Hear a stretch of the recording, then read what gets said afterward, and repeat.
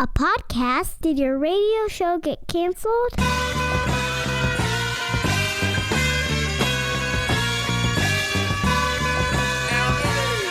Fire. Low down and filthy, but the discipline is on point. Schooled myself, made my own dojo. A cold flow with the whole dose of soul. Maintain composure, even in fury. An anomaly, properties undiscernible to mere. This week on the Pete the Planner Show, I'm coming to you live from the city of brotherly love, Philadelphia, Pennsylvania, as the Spring Road Show continues.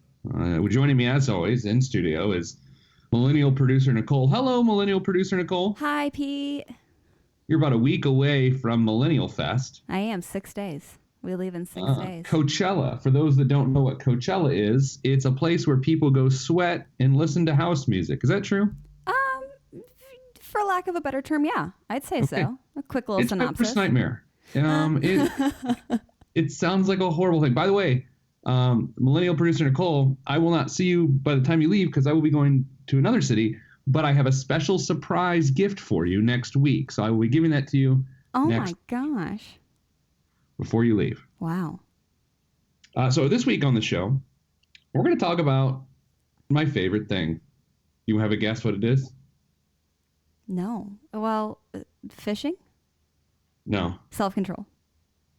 No, we're going to talk numbers. See, my next guess was going to be the hot ham and cheese from across the street. Oh, it's a delicious sandwich. This week we are talking numbers. So often in our financial lives, I talk about how it's not about numbers, that it's about behavior and self-control and hot ham and cheeses and things like that. But today we're going to talk about why your financial life actually is about numbers. And if you are not using numbers, you're doing it wrong. So for those that have listened to our show for a very long time, who listen on our podcast, today we're revisiting my favorite number, my favorite metric, and that is power percentage. Nicole, it feels like it's been about a year since we've talked about power percentage. Yeah, I was going to say, I don't think I've been on the radio with you to discuss power percentage yet. Really? You weren't around for the power percentage discussion? No, not yet. I think the first big topic that you and I dove into on the radio was the chart of how you think you're doing versus how you're actually doing. Oh, yeah. Wow. Yeah. Time flies when, I don't know. Okay. when we're doing stuff. So let's step back for a second and we'll, as people are listening now, I ask everyone involved to simply self-evaluate your financial life right now with a simple, is it going well or is it going poorly? And those are your only two choices, all right? So, Nicole, you have to do the same thing here. And you don't have to answer out loud, by the way, because, if you want to. It is a radio show. It is. So are you doing well or are you doing poorly? Everyone lock in your answers. There's no in between, no sitting on the fence. You can't say, well, it's okay, because that's where we get in trouble. I think that's where people are challenged financially is they don't want to, for lack of a better term, call a spade a spade. They don't want to say, yeah, things aren't going well. Because the second they do that, they feel like they've lost, they feel like a loser, and they feel like they've sort of failed at life. Do you know what I mean? Yeah. No, I had to do the same thing about a month and a half or so ago as I started taking on a car payment and paying down some debts that I needed to take care of. And my budget decreased significantly. So I had to tighten some things in because I had to come to the realization of I had cash, but I wasn't doing well with what I was working with. How many payments have you made now? 2 or 3? I just made my 3rd. Oh, gosh. Car payments. Good times. All right, so here's what we're going to do. We're going to self-evaluate today. We're going to talk about the metrics for our financial life that do not work well, the metric that does work well, and most importantly, how to change it. See, I love numbers, Nicole, because they allow us to measure change. If you don't quantify your behavior, because we do talk about behavior on here a lot. Yeah, we do.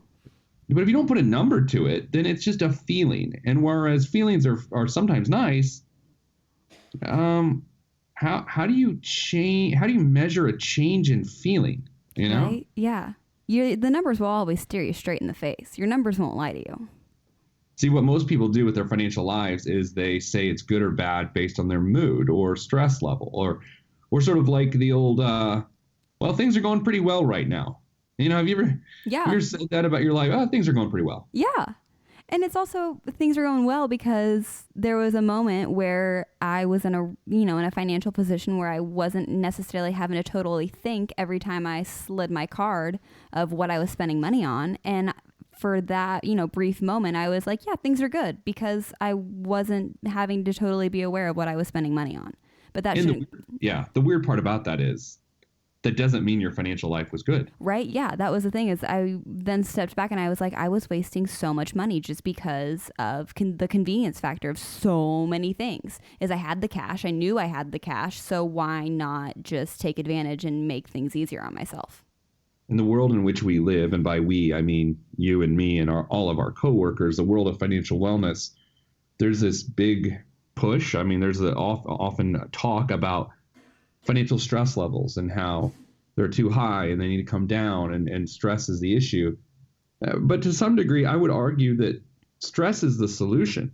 Yeah. Because stress is indicative of something going wrong, your mind reacting to it and saying, hey, man, this habit is not sustainable. You got to figure something out. So if you try to get rid of the stress without treating the actual problem, like many people want you to do, then you're going to end up in trouble. That's how overdraft protection exists. That's how, well, you've got a great credit score, so you should be fine. Don't be stressed because you can always borrow money. Like these are all sort of false fronts that we shouldn't go after. So succinctly, which too late for that, I would say the first measure that stinks that people often use to measure their financial life is mood.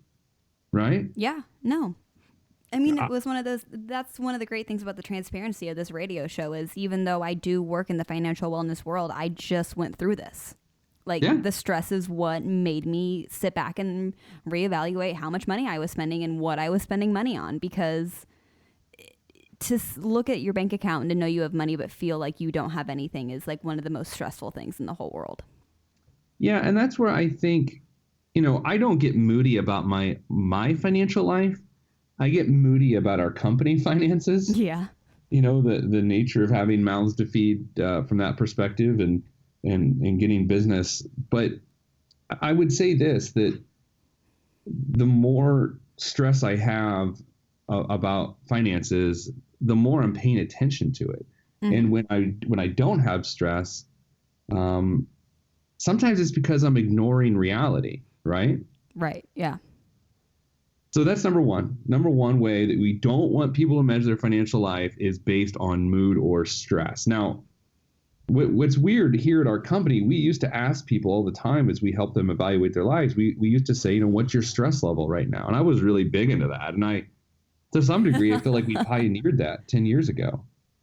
But I just don't know if I care anymore what someone's stress level is because I don't think it tells us anything. No matter if you have any amount of stress, that's contributing to something, no matter what.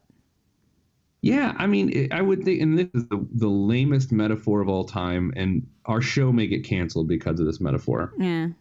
But it's the old no pain, no gain. Like if you work out and you're sore after your workout, that's a good thing. Yeah, low key. I took the stairs up this morning and I've been running again lately, and stairs are hard right now. And even though I'm sore, I love being sore because I know that that's an after product of me taking care of myself and working out. So being on the road here again this week, this morning, Nicole, I went to a Soul Cycle class at 7 a.m. Oh my gosh. How was it? Well, once again, I was the youngest. Or pardon me, I was the oldest. I was the oldest, least attractive person in the room. So that was a good time. Are you going to get into cycling? I was into cycling back in the day, but that's neither here nor there. I think I know someone in case you are. We will take a break. I will come back. I will dazzle you with a story from Soul Cycle. Actually, I've got a great story. I was at a mixer. What do you call those? Like a little business networking thing? I don't know why I'm in Philadelphia. That's what happened last night. I've got a good story from that. We'll talk about three other ways that you should not evaluate your financial life. That oddly enough, Nicole, these are the three main ways that people evaluate their financial health. So we'll talk about those next. In the third segment, we'll talk about the best way to measure your financial health. All that and more here on the Pete the Planner Show. I'm Pete the Planner. Stop what you're doing. Log on and hit Pete up on Twitter at Pete the Planner. Primo beat, man. Kanye let this one go. Man, sound good to me.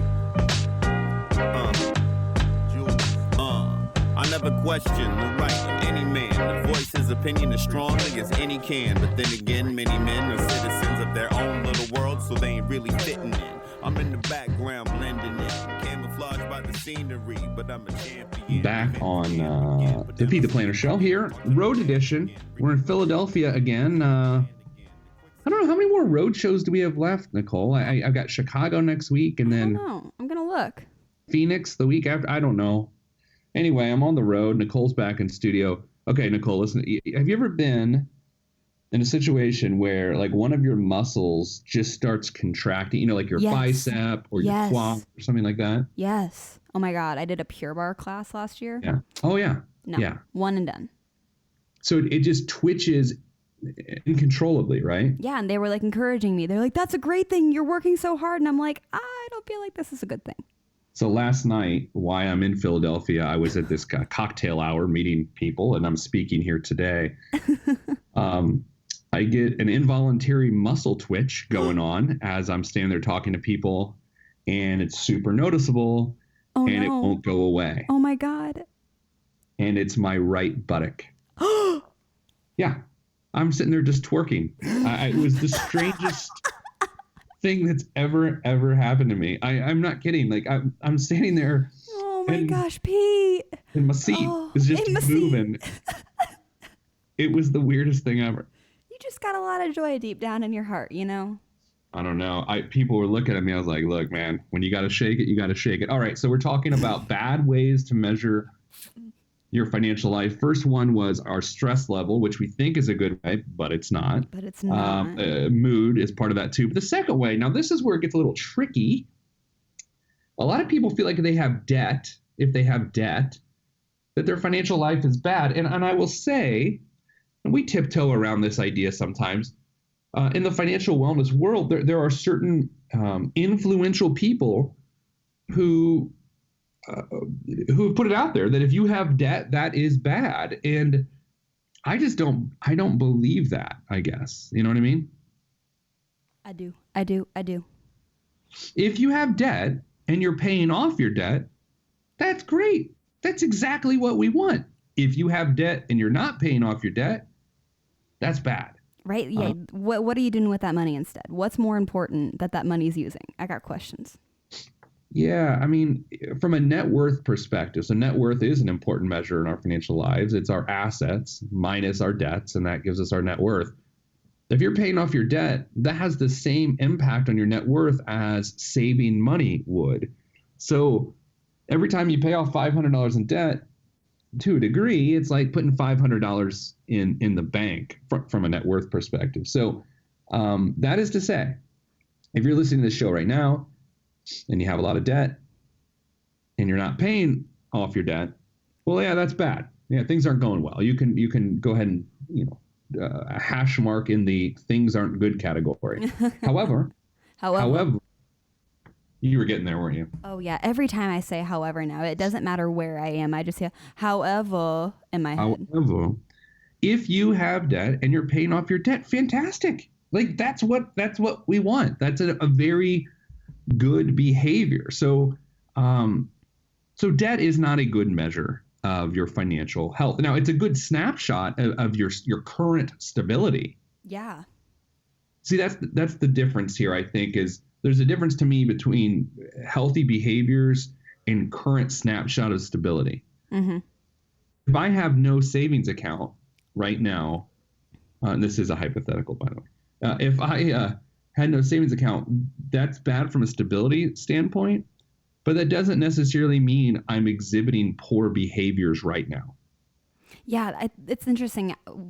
actually, we just were doing some courses the other day for our online platform, and it's talking a lot about debt pay down or breaking your cycle of paycheck to paycheck. And the whole concept of net worth, and even if you're paying down debts and, you know, you feel like you're scrounging for cash, that's not necessarily a bad thing because you're taking care of your what needs to be your priorities. Yeah, you know, I like to think of it this way. It's bad metaphor. We need a buzzer or something for bad metaphors. That's on back order with the cough button. The cough button. Oh, actually, here's bad metaphor horn. Okay, there it is. I like that. And I think we talked about it recently.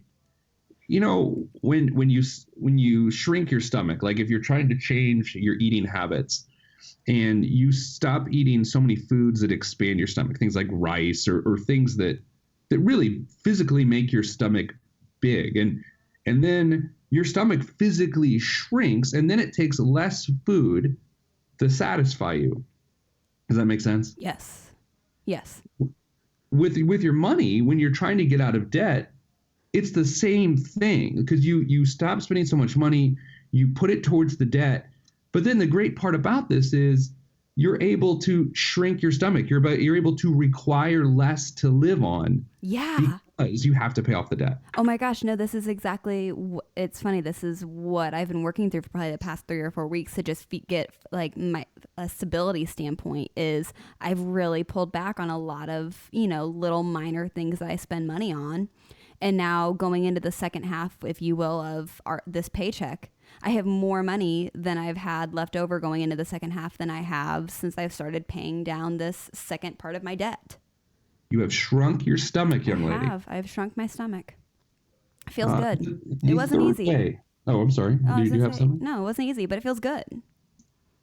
I'm drinking some Swedish coffee this morning. How's that? I don't know. Your man friend would be interested. It's Konditori with a K. Konditori. Oh, huh. Swedish espresso bar. I don't know. It was across the street from the hotel. All right. So the third way we don't want people to evaluate their financial life is savings. Isn't that a weird one? Like you'd think, oh, I got 6 months savings. I'm good to go. I'm healthy. I don't know. I mean, who knows how you got the savings? Your savings really is more indicative of what you did in the past. Yeah. Has nothing to do with the now. I mean, a tax refund could have given your savings. An inheritance could have given your savings. A gift. I mean, you could be spending your savings down. Like if you have 6 months of savings and you feel good, but it used to be 12 months of savings, that's bad. That is the opposite of good. And here, as a former financial advisor, before, of course, I was kicked out of the industry for a Ponzi scheme. I'm just a joke. That was a joke. I wanted you to just let that go. As a former financial advisor, what we would find people would do that had a lot of normal savings, just bank savings, it would create complacency for them. They would say, you know, I'm prepared for just about anything because of this level of savings. And oftentimes it doesn't push them forward towards new and important goals. You know what I mean? I do. Sorry, I'm processing this, but yes. Oh, yeah. Yeah. I almost came up with another bad metaphor, but I kept that one in the holster. Oh, you did? Yeah. Maybe another And finally, time. the final way we don't want people to self-evaluate their finances, and this one's a little tricky because it's pretty natural, income. Yeah. Income. Yeah. Once you make above living wage, which I encourage anyone listening to go Google MIT, that's Massachusetts Institute of Technology, MIT, living wage calculator, maybe on the podcast page for this episode. Nicole, can you link that up? I sure can. Nothing like giving you more work before you go on vacation. Yeah, so go find out what your living wage in your area is. So you type in what your zip code is, or basically what county you live in, and then you find out, do you make above living wage? If you make above living wage, which is basically what it takes to survive in the county in which you live, in whatever state in which you're in, with the number of people in your household, if you make above living wage, your income doesn't matter. And it is not representative of your financial health. However, if you make below living wage, then, well, very frankly, you're in trouble. and there's not a lot you can do. So don't measure your financial health based on your income. It's a natural thing to do. Oh, I make $100,000. I'm fine. No, you're not. Because it's really about what you keep and what you spend as opposed to what you make. Now, Nicole, we got to take a break. We do. Coming up after the break, we're going to hit power percentage, the actual good way to measure your financial health. Woo-hoo. I'm Pete the Planner.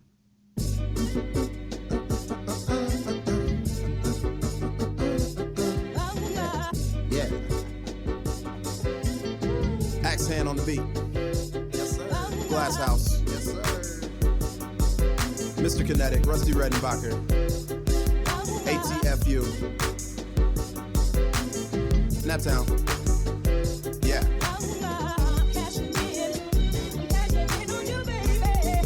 Peace to Fetty and Fredo. Helicopter choppers. Yeah, y'all ain't hip yet.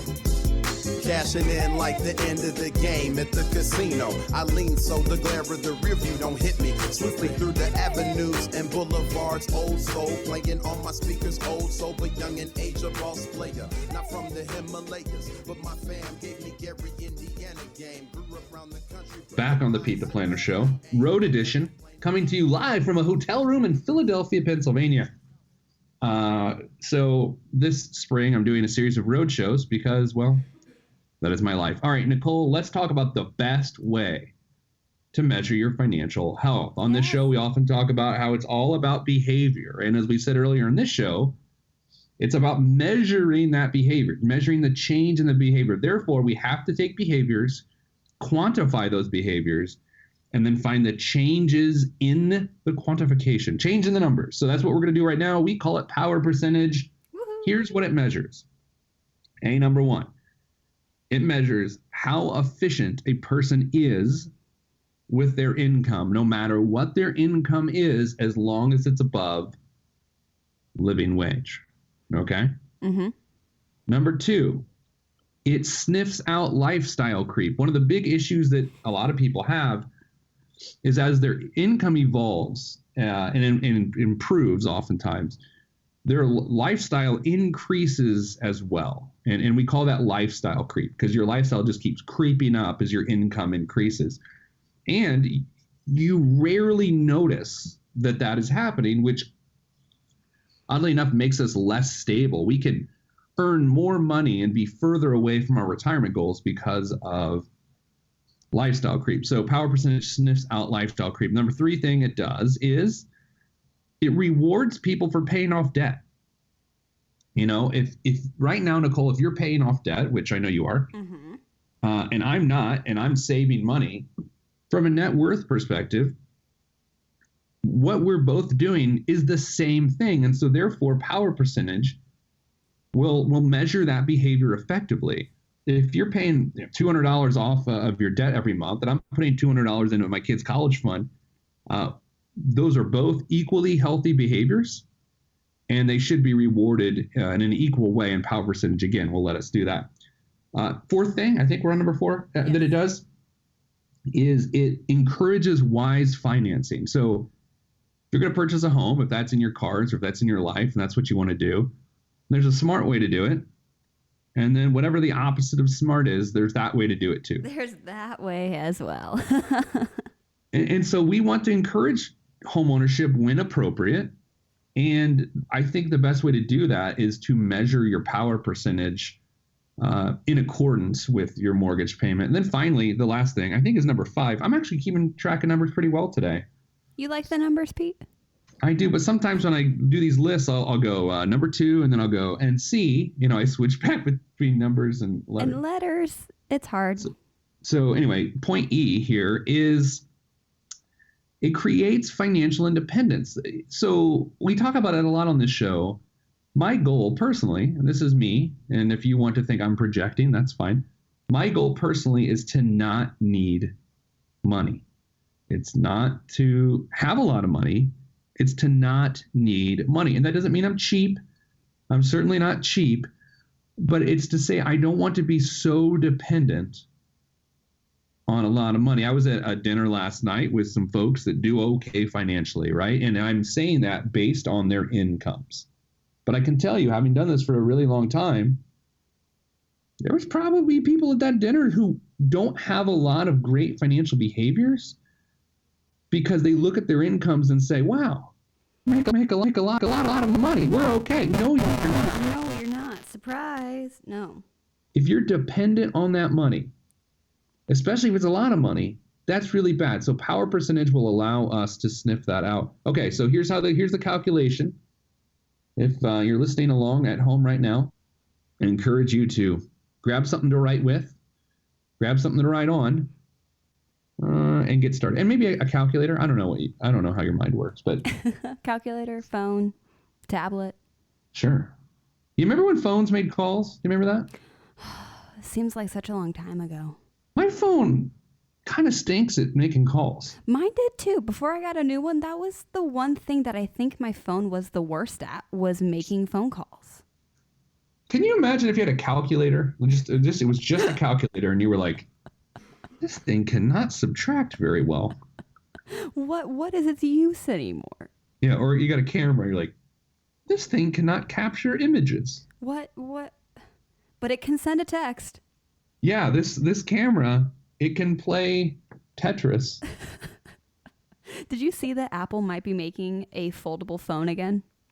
No, really? Yeah, and the Razr. I think our VP told me that Motorola might release the Razr again. Man, what is weird? Old is new again? Is that what they say? Right? I mean, I guess history does repeat itself, but that feels a little extreme. Those Razrs were indestructible, though. Here's the calculation for power percentage. So I'm going to give you a list of activities. Do you like how we bounce back and forth Yes, between benign conversation and financial stuff? Maybe that's why people listen. I was Or going don't. to say, this is just the conversations that we have in passing that we don't get to have. So now we just have them here instead.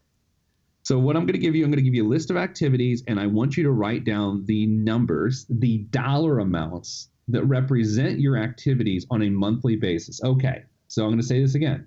The numbers you're writing down are monthly dollar amounts. The first one is what you put in your retirement plan at work. Now, here's your temptation. You're going to say, I put in 6%. I don't care. That's not a percentage. I need a dollar amount on a monthly basis. You're going to have to do the math. If that 6% translates into $325, then write down $325 on a monthly basis. And you also need to write down, I sound a little bit like a tough guy right now. Do I sound like a tough guy? A little bit. I feel like a tough guy. That's because I'm in Philly. You big, All strong mans. I'm a big, strong mans. Also write down what your employer puts into your plan.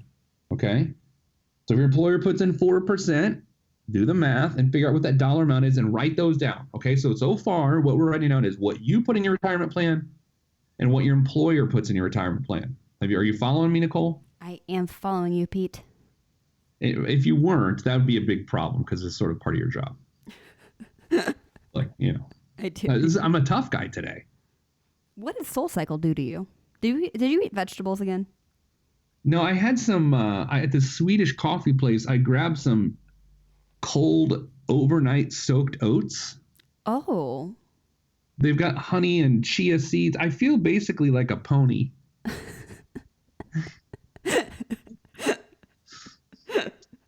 I'm like a little pony. You're just my little pony. My little pony. Okay, Little so cutie. next thing on the list is other savings and investments on a monthly basis. This can be deposits in your savings account, deposits in a college fund, deposits in a Roth IRA or traditional IRA, any of them, monthly dollar amount. Now, here's what you can't do. If you're saving money for a vacation, don't put it on there. And if you're saving money on a monthly basis for the holidays, don't put it on there. This is only for money that has no purpose other than emergencies. Does that make sense? Yes. Because if you were to put that in there, that's not an accurate representation because you're just going to pull that money right back out then to use for a vacation, right? Yeah, it's sort of premeditated spending. Yeah. At that point, yeah. Third thing you're going to put on the list is if you have a mortgage payment, the amount of your mortgage payment on a monthly basis, dollars, that goes to actually pay back the loan, right? So as most people know, when you make a mortgage payment, your payment splits into a few pieces. Some of it goes to pay back the loan. Some of it goes to pay interest, which is the cost of borrowing. Some goes to pay property taxes and insurance, depending on how your mortgage is set up. All I'm interested in is the amount of your loan that is paid back in a 1 month period. And if you happen to pay extra, you get to write that down too. Okay. So far, employer deposits, your own deposits into your retirement plan, other savings and investments, and then the mortgage principal payment. Next, debt payments. Any debt payments, Nicole? Oh, I got those. Any debt payments except car payments. Yeah, no, not my car payments. However, I do have my debt payments. You cannot have transportation payments written down here, but you can have student loan payments. You can have credit cards you're not using. You can have money you owe a family member. You can have medical debt payments. Basically, anything that makes your net worth go up because you're reducing a debt. Again, do not include credit card payments and credit cards you're using. Like if you're that person that's like, I got points, I get points, I get cash back and points, and you do that, and as you can imagine right now, I'm doing something weird with my hands when I go points. If you're the point person, you cannot include those point payments. Because we're trying to reduce debt, not be a travel hacker. What's with that voice? So true, though. I love it. I mean, and it's kudos to people who think that they're beating the system by getting their points. Some people are, but not many. But like, at what cost? You know? Lots of trips to Red Lobster. Ooh, the Cheddar Bay biscuits, though. You're going to go see Beyonce at Coachella. You know, I'm hoping one day I earn a trip to Red Lobster from her. All right. So here's what we're going to do. After the break, we're going to come back. I'm going to tell you what to do with all these numbers you just wrote down and how it calculates your power percentage. And we'll also do biggest waste of money of the week. It's the Philly on the road in the Philadelphia, Pennsylvania edition of the Pete the Planner Show. I am Pete the Planner.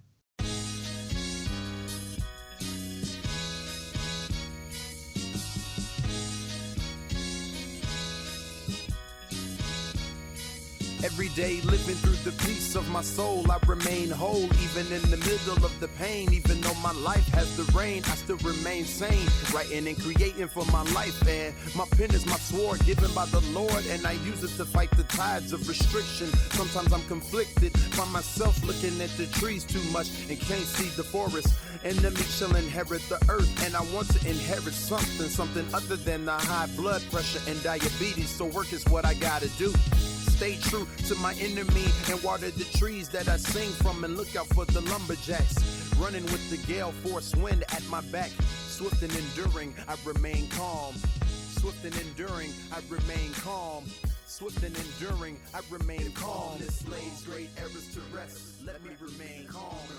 Back on the Pete the Planner Show, Philly Road edition here, finishing up power percentage, how to calculate it, how to measure your financial health, but most importantly, how to watch your behavior change over time and how to measure that. So for the break, we gave you all the activities you need to add up. Those activities include your monthly deposits into your retirement plan at work, the monthly deposits that your employer makes on your behalf, any other savings investments that you make on a monthly basis, the amount of your principal on your mortgage that is paid back on a monthly basis, and finally, any other debt payments you make on a monthly basis. Add all those things up and then divide that number by your gross monthly income. Nicole, so I'm going to explain what that means because some people are going to go, you mean net? No, I mean gross. So here's how. I mean gross.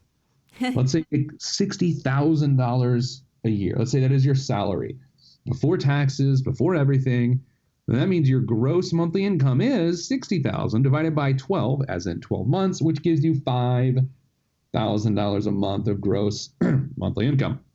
So let's say hypothetically that your monthly activities all add up to $1,000. Those are those monthly activities we talked about. They equal $1,000. So take that 1,000 and divide it by 5,000 hypothetically. So 1,000 divided by 5,000 equals 0.2. And Nicola's middle school mathematics taught us, what is 0.2? 20%. That's correct. Were you a little bit nervous that I was can't fishing for a different answer? It's math. Yeah, I know. 20%. Now, That is your power percentage. In this hypothetical example, that is your power percentage. Let's go through the key, because without a key, how do you know what 20% is, right? Right.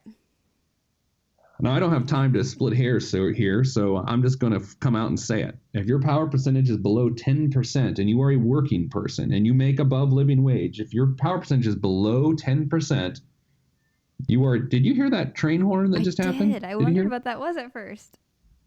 Oh my gosh. I don't know. Anyway, if you're below 10%, you're a ticking time bomb. That is very bad. You're a ticking time bomb. You are. Like, you not only, I don't know about your stability, right? I don't know whether you have savings or whatever, but I just know from a behavior standpoint, not good. You're way too dependent on your income. So 10% or below, very bad. 11 to 20%, it's okay. It's okay. 21 to 34% is good. If your power percentage is between 21 and 34. Then finally, if your power percentage is above 35%, I love it. I'm so excited. I want to fist bump you. That's just where we touch each other's fists. Yeah, not to be weird or anything.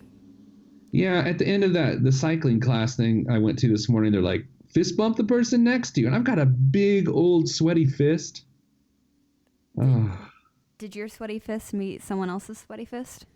He did, and I felt like, I don't know, I felt like I was on Tinder or something. It was very weird. All right, so that's power percentage. If you missed any part of this show and you're like, what? I just tuned in. First of all, what are you doing with your life? What else is Why someone did you doing miss at us? 4 o'clock on a Sunday afternoon? Or on demand on podcast. Go to PeteThePlanner.com, find our podcast, and listen to this episode. Do we know what number of episode this is? Do you have any idea, Nicole? This will be, I just did episode, I want to say 241. So this will probably be 243. Okay, sure. Yeah, find episode 243 and listen to the whole show. All right, this week, I can't talk. This week's biggest waste of money of the week is actually a good use of money of the week. Nicole, last week I did Disneyland as a family. Yeah, you did. Oh, your pictures were great. I survived. I got out of my own head, which is hard for me to do sometimes because I hate the following things: crowds, lines, parking issues, and traffic. And Disney is and all of I those. don't have a great affection for Disney. I don't love them or hate. I just, who cares, right? So, but I swallowed my pride. And I was an actual good parent, and I loved it. It was a lot of fun. Well, and your kids are finally at a good age, too, where you don't have to hold them or carry them at some point during the day or worry about a stroller. Everyone's self-sufficient, so... So the best use of money is my wife got fast passes. Do you know about these? Yes, I do. Well, with two other of our coworkers going to Disney as well. So for an additional $10 per person, so that's $40 for the family, we were able to choose 4 rides in which you just cut everybody in line. Yeah, that's a good use of money. I mean, okay, if I hate lines more than anything, the ability to not stand in line is worth way more than $40 to me. Yeah. That's like paying $8 for great. Wi-Fi on like a 4 or 5 hour flight. Like, that's so worth it. You do feel a little bad, though, if someone's standing there for 90 minutes and you just stroll on past them and you get on the ride and it's like... But do you? I kinda. I mean, not really. I was going to say, what do you? No. On the way home from L.A., we had a late night flight. Mm-hmm. There were bad storms in the Indianapolis area the other day, and we were flying into that. And so the turbulence was pretty nasty on the plane. And Ollie, my 9-year-old daughter, turns to us and says... Are there, because she's looking concerned, because turbulence, when you don't fly a lot, it'll scare you. And she goes, are there enough parachutes on this thing for everybody? Ollie. And of course, we're like, no. Oh, And she goes, well, we have parachutes then, right? And I go, no, planes don't have parachutes. Then she goes, well, that means if the plane starts to crash, then... And then she just gets her look on this face of just like this realization. Right, like she just realized. Yeah. Oh, Ollie. Oh, Very sad. Just the strike of fear in a 9-year-old's eyes of, what happens if the plane starts to go down. Yeah, so that was a happy moment. Anyway. Great vacation. So hopefully you've calculated your power percentage today. And what I'd love you to do is just email it to us. Like, I'm just curious, just as an act of accountability. So email us askpete@petetheplanner.com, askpete@petetheplanner.com, subject line power percentage, and then put your power percentage. Your power percentage is likely not above 45% or so. Okay, so if you're getting numbers in excess of 45%, check your math. Check your math. It's not likely. Don't come back to me like, my power percentage is 280%. No, it's not. You're not good at math. That's what that means. And by the way, you can also send us your power percentage on Twitter. Go to @PeteThePlanner and just say, hey, my power percentage is this. And you can also not call our office. So don't call us. Please don't call us. Don't call us. We won't call you. That's our new false slogan. Information. All right. Well, that's all we have time for this week. Nicole, I think we're going to do a show before you go to Coachella. I think we are. Yeah, next Monday. Well, on Monday. Yeah. I think I've been thinking about the topic. I think we're going to do like how to back off your finances a little bit and have fun and live a little. Yeah. I like that. All right. So that's it. That's all we have time for. Sending good vibes because good vibes are all in the budget. I'm Pete the Planner. This is Pete the Planner Show. If you want to be on this podcast and have Pete fix your money life, then hit us up at PeteThePlanner.com/podcast. You heard me. PeteThePlanner.com/podcast. Log on. This is for information purposes only. It's not the Swiss financial planning device. Consult a financial advisor. Released from Everest, the fresh is fresh, and you can call me E.T. Word to John Tesh. Let me bless this harmonic presentation. It's amazing, so amazing. I'm the reason. Salutations, I bring you love, trying greetings from a faraway land. I am the sole controller. Put the remote down and let me take control. You're now a part of my zone, so enjoy yourself. Love Tron can restore your health. I bring you greetings. Salutations, how you doing? And is that how y'all say it? The tinkling of the keys is an homage to the little star. I sojourn over poetic descriptions of sound and travel to my other world.